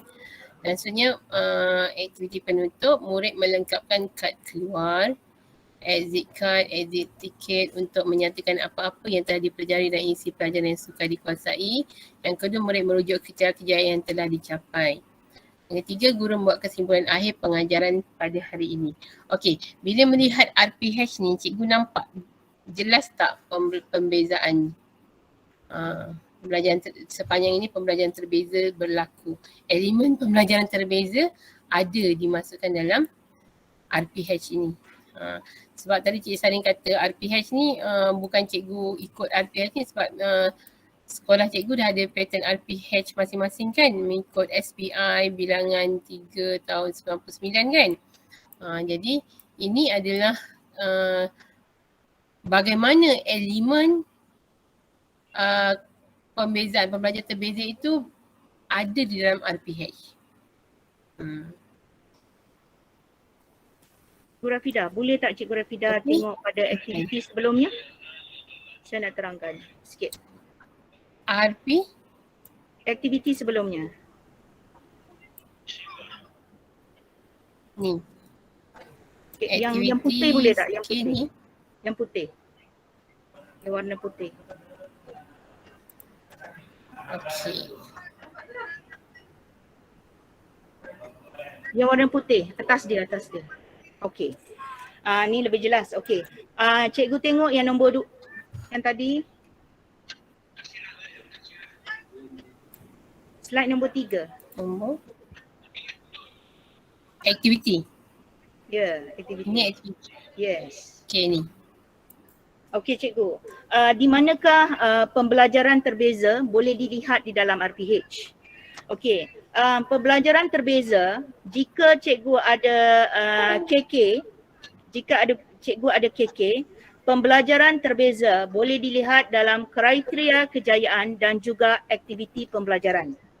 Okey, kalau di sini, kalau cikgu tengok saya bagi contoh dalam kriteria kejayaan, dalam aktiviti aktiviti kedua, cikgu tengok aktiviti kedua, selalunya guru akan menulis macam ni. Okey, dia akan buat grup A, kumpulan A akan buat aktiviti ni, kumpulan B akan buat aktiviti ni, kumpulan C akan buat aktiviti ni. Jika ada 3 kumpulan mengikut aras yang berbeza. Okey, namun cikgu di dalam RPH, jika kita ada 4 ataupun 3 ataupun 2 aktiviti, tidak semestinya cikgu, tidak semestinya kedua-dua aktiviti itu akan mengikut aras keupayaan. Dia terpulang kepada level aktiviti, level of difficulty, kesukaran, aras kesukaran aktiviti tersebut. Mungkin aktiviti cikgu yang pertama dia tidak menunjukkan aras murid yang berlainan. kepelbagaian aras murid. Sebab cikgu rasa aktiviti tu even murid yang lemah pun boleh buat. Macam aktiviti as a warm up lah. Okay. Tetapi bila tiba aktiviti kedua yang ke arah mencapai cikgu punya kemahiran ataupun pengetahuan dalam cikgu punya objektif pembelajaran, yang itu cikgu akan tunjukkan aras upayaan. Contohnya cikgu rasa kalau budak ni contohnya menulis karangan, cikgu punya objektif lah menulis karangan, satu perenggan karangan. Kalau tanpa bantuan guru, confirm budak lemah ni dia akan terkiar-kiar, dia tak boleh dapat. Tapi budak sederhana dan budak pandai ni dia boleh buat. Jadi di situ aktiviti tersebut dia akan menunjukkan kepelbagaian aras keupayaan murid. Okey, mungkin cikgu ada tulis itu kumpulan A buat ni, kumpulan B buat ni, kumpulan C buat ni. Tetapi kalau cikgu tengok di dalam RPH ni, okey, murid mencari pasang berdasarkan nombor. Guru meminta murid berbincang fenomena alam semula jadi dengan pasangan yang ditentukan. Okey, nampak dia di sini perkataan pasangannya dah ditentukan. Maknanya secara automatik kita nampak walaupun tak ada perkataan di situ, kumpulan A buat ni, kumpulan B buat ni, kumpulan C buat ni, tetapi di situ bila pasangannya ditentukan, maknanya pasangan yang telah ditentukan oleh guru, maknanya di sini akan berlaku flexible grouping ataupun kumpulan fleksibel. Kumpulan fleksibel adalah salah satu strategi dalam pembelajaran terbeza, cikgu. Okey, kita membezakan kita punya murid mengikut aras berdasarkan kumpulan yang tertentu. Jadi dekat sini pasangan yang telah ditentukan guru, jadi guru akan tahu mungkin murid sederhana akan dipasangkan dengan murid yang pandai ataupun cemerlang. Tapi murid yang lemah ini akan dipasangkan dengan murid yang sederhana. Jadi dia bila dia buat tu, maknanya bila dia membuat sesuatu aktiviti dan guru tahu okey murid ni yang lemah dengan yang sederhana ni akan diberi bantuan yang lebih. Jadi guru akan memberi bantuan kepada kumpulan ini. Tetapi pasangan yang pandai dan pasangan yang sederhana ini dia boleh bergerak sendiri seolah-olah ada guru dalam kalangan murid. Maknanya murid cemerlang boleh membantu murid yang sederhana. Jadi di situ nampak tak keterbezaan itu akan berlaku. Okey, bila kita pasang-pasangkan murid di sini, itu adalah dalam kita punya pembezaan dari segi proses. Okey, maknanya bila kita kata proses ni dia ada dua, cikgu. Maknanya keterbezaan PDP kita tu dalam proses sama ada kita bezakan tugasan yang kita berikan kepada murid ataupun aktiviti yang kita berikan kepada murid, tetapi ia akan mencapai satu matlamat yang sama, iaitu mungkin kemahiran tersebut adalah menulis. Jadi macam mana murid nak mencapai kemahiran menulis itu? Mungkin ada murid diberi bantuan yang lebih, tetapi ada murid tak perlu diberi bantuan, tetapi ada murid yang perlu diberi bantuan yang sedikit. Jadi untuk mencapai satu kemahiran yang sama, the process how to achieve the intended objective ataupun kemahiran yang ditentukan itu berbeza. Jadi dekat sini pembezaan dari segi proses. Namun kalau cikgu memberi bahan yang kuantitinya berlainan, contohnya kalau katalah untuk membaca karangan, membaca petikan. Murid yang lemah mungkin petikan yang cikgu bagi petikan yang pendek saja. Okey, dalam perenggan tu, dalam satu perenggan yang besar, okey, bahagian yang karangan yang perenggan yang pendek tu cikgu bagi pada murid yang lemah. Tapi bila perenggan yang panjang atau beberapa perenggan cikgu bagi pada murid yang cemerlang. Jadi di situ cikgu pembezaan dari segi isi kandungan. Namun bila kita kata isi kandungan, bila kita merujuk kepada standard pembelajaran, ia tidak boleh berbeza, cikgu. Dia akan mencapai satu matlamat yang sama ada kuantiti yang diberikan itu berbeza ataupun proses bagaimana nak mencapai kemahiran yang ditentukan itu berbeza. Dan cikgu akan nampak nanti bila prosesnya berbeza, cikgu akan dapat produk yang berbeza. Okey, terima kasih. Terima kasih Cik Zihar. Jelas kat situ. Cikgu Fida ada tak sambung? Okey, ada soalan daripada Cikgu Asfalila ni, bagi 30 minit atau 60 minit, berapa aktiviti yang boleh digunakan? Okey, Cikgu Asfalila, bila kita dari segi masa, penentuan masa, objektif yang ditentukan dalam guru sebagai perancang. Guru sebagai perancang 4.1. Okey, bila kita nak merancang, kita mesti melihat murid, audien kita siapa? Audien kita murid kita kan? Dan cikgu dah kena kenal.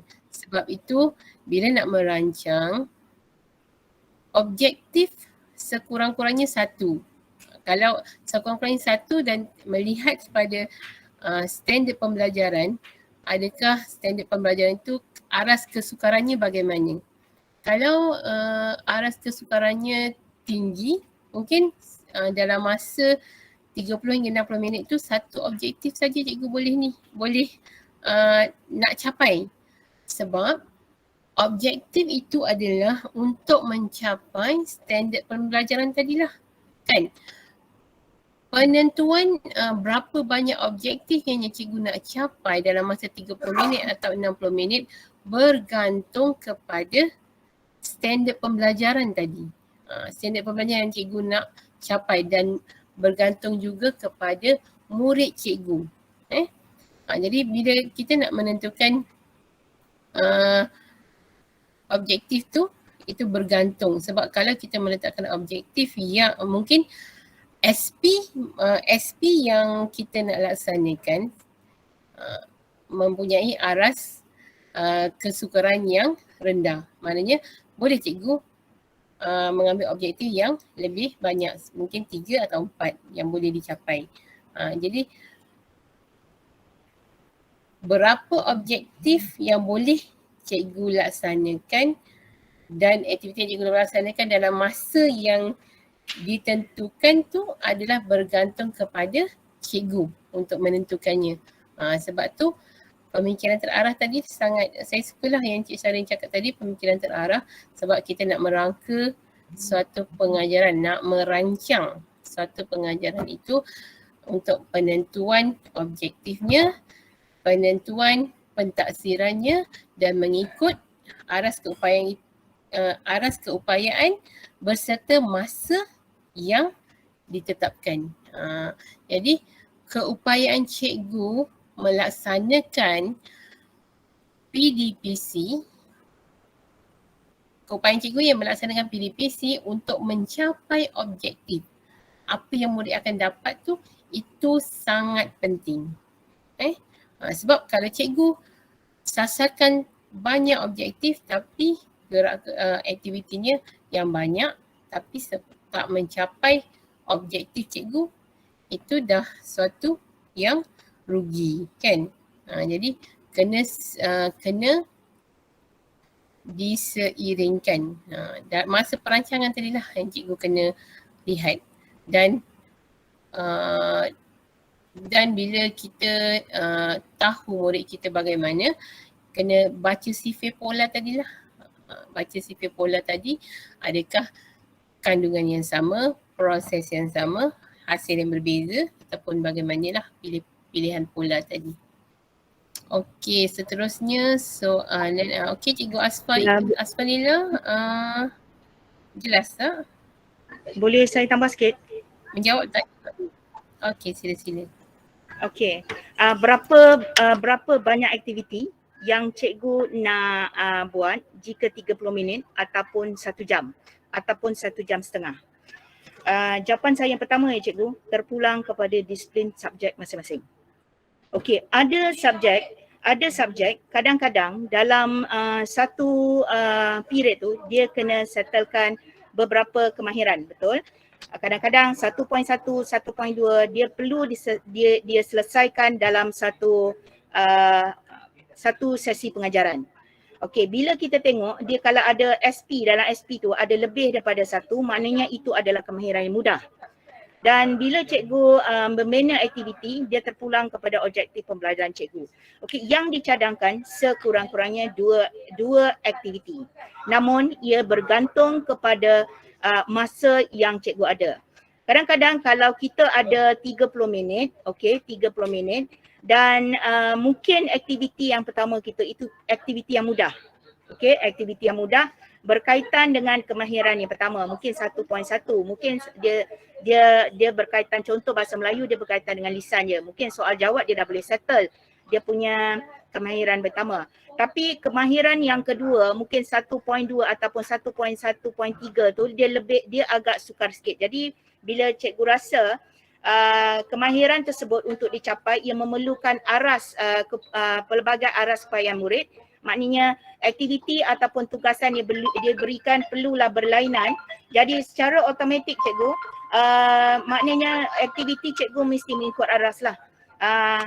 Tidak semestinya aktiviti cikgu 4 cikgu akan capai objektif pembelajaran. No. It depends pada masa yang diperuntukkan kepada cikgu dan dia terpulang juga kepada disiplin subjek masing-masing. Okey, terima kasih. Terima kasih Cik Ziha. Cik Ziha, Cik Sharin ada. Cik Tadi Sharin ada dalam Cik talian. Ziha dia nak tanya. Cik Sharin ada? Cik Sharin, saya sendiri ada soalan Cik Sharin tentang Ya, pola. saya teruskan. Cik Ziha. Okey. Soalan saya macam ni. Pola-pola tu maknanya dia telah ditentukan sama ada ia sama proses ataupun produk yang berlainan ataupun isi kandungan sama. Dia ada certain pola, dia ada certain cara lah. Maksudnya pola tu seolah-olah telah ditentukan. Tapi soalan saya, contohnya macam mata pelajaran matematik. Okey, objektif, bila kita kata objektif pembelajaran, ia tidak boleh berlainan kecuali bahan yang diberikan berlainan, kuantiti bahan yang diberikan berlainan. Sebab objektif, kemahiran dalam SP tu tak boleh berlainan, dia mesti yang sama. Okey, baik. Namun, jika prosesnya sama, bagaimana kita akan mendapat produk yang berlainan? Proses yang sama? Proses yang sama, tetapi bagaimana kita nak mendapat produk yang berlainan? Okey, baiklah. Macam tadi saya berikan contoh tadi, satu, bagaimana proses yang sama. Prosesnya prosesnya mencipta tapi aktivitinya berlainan. Maka dapatkan hasil yang sama, iaitu sajak. Itu maksud dia. Ya. Okey, proses yang sama, aktivitinya berbeza, maka produknya sama. Itu yang diberikan contoh. Izin saya berikan sedikit gambaran.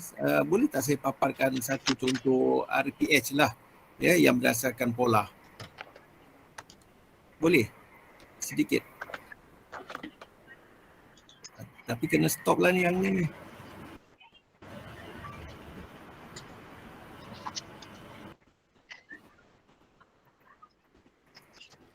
Cikgu Fida tengah sharing tu, mungkin tak boleh Cik Sharin nak share.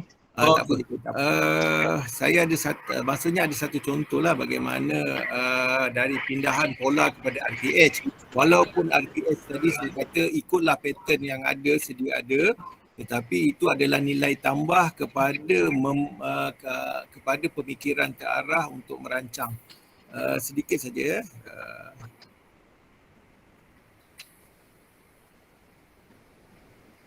Cik Sharin, sebenarnya yang saya maksudkan Okey, dah boleh present Tuan. Okey. Teruskan Cik Sharin, adakah yang dimaksudkan dalam sekejap ya. Okay. Adakah yang dimaksudkan tu adalah hanya cadangan saja?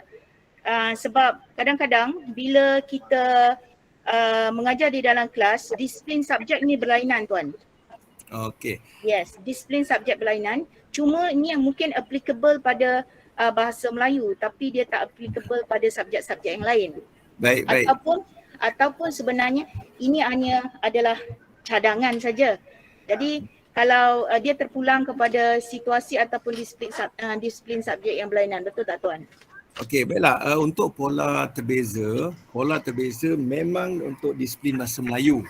Walau bagaimanapun apabila diserakkan makluman ini, diserakkan pengalaman dan ilmu ini, maka ada panitia lain, matematik, sains dan sebagainya melihat keadaan ini boleh disesuaikan dengan subjek-subjek yang trust yang lain lah, sama ada matematik, sains dan sebagainya.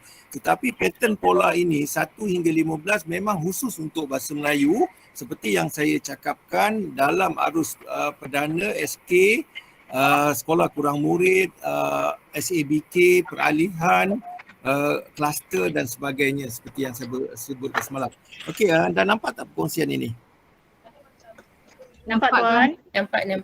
Okey, jadi perkongsian ni pola pembelajaran terbeza, kandungan sama, proses sama, produk sama, persekitaran beza, ini adalah elemen dalam pola 1. Maka contoh bagi minggu pertama, bagi minggu pertama ada murid, bilangan murid, tengah hari, masa, tahun, satu amanah, mata pelajaran, tajuk bergembira, standard kandungan dia, standard pembelajarannya, objektif pembelajarannya pada akhir PDVC menyelesaikan sekurang-kurangnya 5 daripada 10, membina sekurangnya 3 ayat. Kemudian kriteria kejayaan. Murid dapat menyelesaikan kata nama am dengan betul dan aktiviti adalah aktiviti berbentuk permulaan. Murid menamakan berapa benda maujud, mencari benda, guru mengaitkan dengan objektif pembelajaran, kemudian perkembangannya. Murid dibagikan kepada 4 kumpulan berdasarkan yang tadi pola tadi dan hinggalah kepada penutup. Jadi tambahan pada ruang-ruang lain ialah pentaksiran dalam bentuk lisan dan menulis, bahan bantu mengajar, bahan maujud, kertas A4, lembaran kerja, nilai, kerjasama tolong-menolong, bertanggungjawab dan refleksi. Tetapi ini hanya adalah satu cadangan ataupun contoh. Kita memang tidak galakkan kerana kita takut yang perkara yang paling pertama ialah membebankan guru. Apa yang ada pada arus perdana, apa yang ada yang diamalkan oleh guru-guru, teruskan dengan RPH itu, hanya nilai tambahnya kepada perancangan ataupun pemikiran terarah itu kepada pola tadi. Pola 1, pola 2, pola 3. Seolah-olah kalau nak merancang, tengok pola dulu. Hari ni esok aku nak mengajar apa? Tengok pola 7, boleh tak pola 7? Bayangkan keadaan budak macam mana, persekitaran macam mana, apakah produk yang nak aku hasilkan, apakah kandungan. Kandungan nanti di SKP-nya nak berbeza ataupun sama. Prosesnya nanti nak sama ke nak beza. Produknya nak sama atau nak beza. Persekitarannya nak sama atau beza. Ada dalam pola mana? Mungkin ada dalam pola 7, mungkin ada dalam pola 8 dan seterusnya. Itu maksudnya. Saya memang kekuatannya pola ini ialah kepada mengarah pemikiran terarah. Pemikiran yang terarah. Kita tidak tidak secara mencampur adukkan sangat pemikiran tanpa permulaannya, tanpa sekatan-sekatan ataupun kategori-kategori kita. Jadi waktu itu kalau kita berfikir, fikiran kita akan lebih berkecamuk. Untuk merancang satu RPS saja kita telah mengolah pemikiran kita secara umum.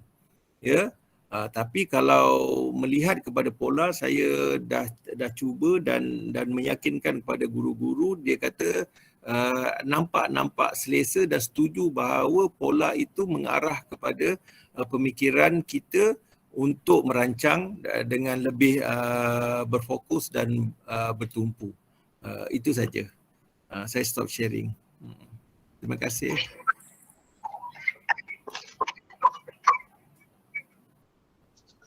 Terima kasih Encik Harin. Ya, saya. Terima kasih. Ya, saya. Okey, saya rasa cukup saja pembincangan kita pada petang ini. Sekiranya ada soalan mungkin boleh. Pasal jam pun dah hampir pukul 4. Jadi saya rasa cukup sharing kita pada petang ini. Sekali lagi ribuan terima kasih kepada Encik Sharin lah berkaitan dengan apa yang telah disampaikan tadi, sebentar tadi. Semoga apa yang disampaikan tadi boleh menjadi panduan berguna untuk kita semua sebagai seorang guru, sebagai seorang pendidik. Rakan-rakan guru jangan lupa untuk mengisi link kehadiran serta maklum balas. Kemudian saya nak share sedikit berkaitan dengan modul yang Cikgu Fidah ada tunjukkan semalam. modul berkaitan dengan modul pembelajaran terbeza. Cikgu-cikgu sebenarnya boleh dapatkan modul tersebut dengan harga RM15. Boleh tak admin share dia punya link untuk mendapatkan modul tersebut?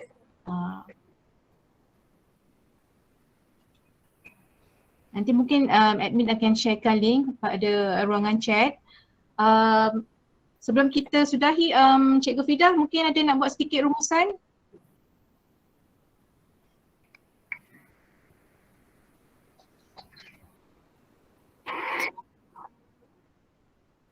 Terima kasih Cikgu Jamila, terima kasih pada Encik Mak Syarin, terima kasih pada Cik Liha dan sama-sama kita berkongsi saranan.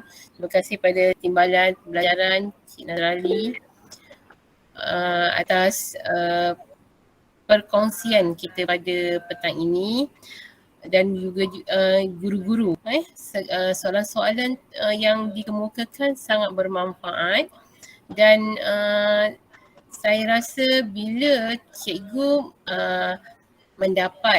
bila kita mendapat satu ilmu yang baru ataupun suatu pengayaan ilmu, maka yang lebih berkesan adalah kita cuba praktikkan. Bila kita nak praktikkan, tiba-tiba kita ada macam mana, sebenarnya bolehlah berhubung juga dengan kami lah. Kami seperti yang kami cakap semalam, kami menghulurkan tangan untuk membimbing cikgu-cikgu.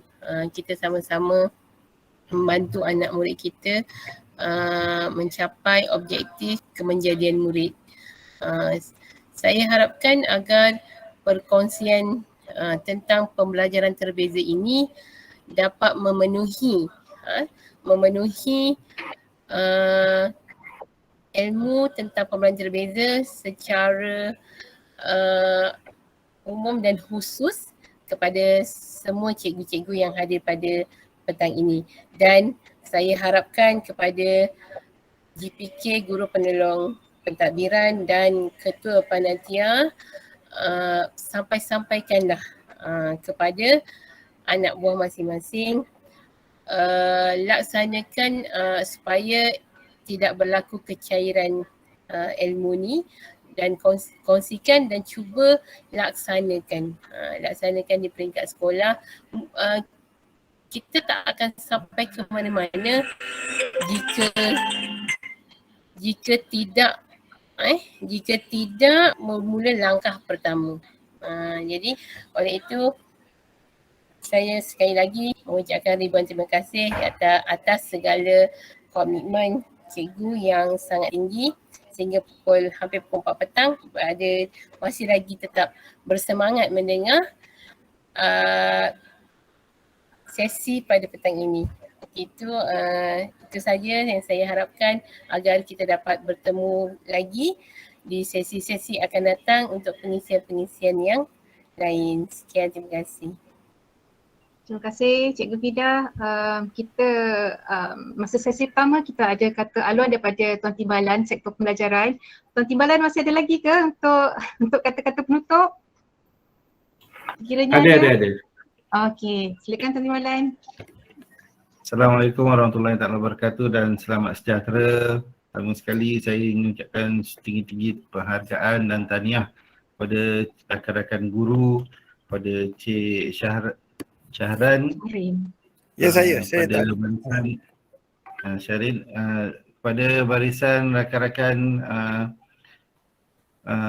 sektor pembelajaran yang berusaha keras 2 hari ini, dan setinggi-tinggi penghargaan, terima kasih kepada semua yang terlibat, dan insyaAllah sekiranya ada lain kelapangan, lain ruang, kita akan berkongsi lagi ilmu ni. Itu saja daripada saya. Assalamualaikum warahmatullahi wabarakatuh. Terima kasih Tuan. Okey, dengan bahagiannya kata-kata daripada Tuan Timbalan daripada Sektor Pembelajaran tadi, sekali lagi saya ucapkan terima kasih kepada Encik Syarin. Sama-sama Ya, saya pada petang ini.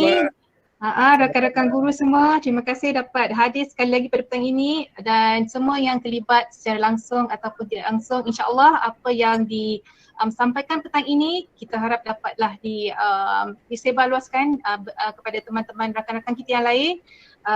Jadi akhir kata, apa-apa yang tersilap sepanjang program ini harap dimaafkan, dan jangan lupa kehadiran. Dan siapa yang berminat untuk dapatkan modul tadi bolehlah tengok di ruangan chat. Itu saja. Terima kasih banyak-banyak. Kita jumpa di lain program. Terima kasih sekali lagi.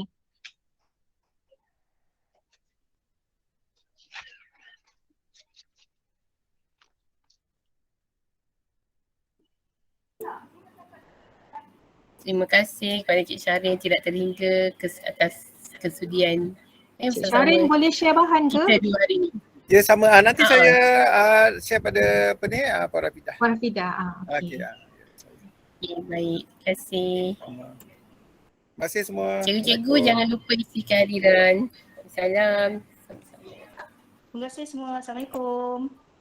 Salam. Sama-sama.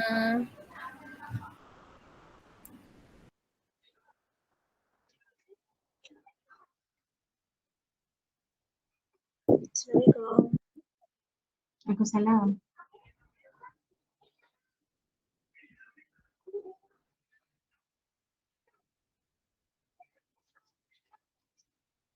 Oh, 1 minit lagi pukul 4.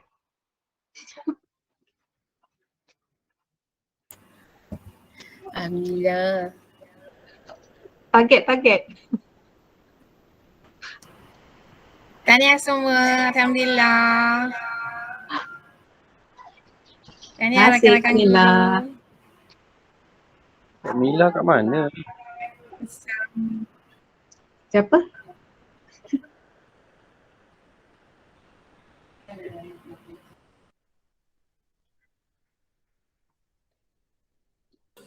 Azhar, balik Azhar, tak kena kunci dengan Cik Leman nanti.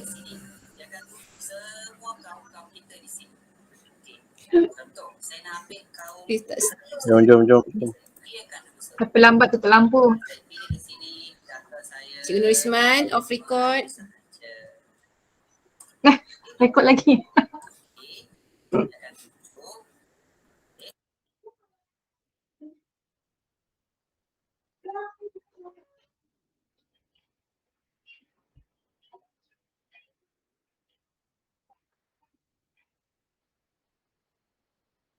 Oh, tak ambil gambar yang tadi. Alah, lupa. Sorry. Biar Kak Mila, saya ambil gambar Kak Mila. Okay, 1.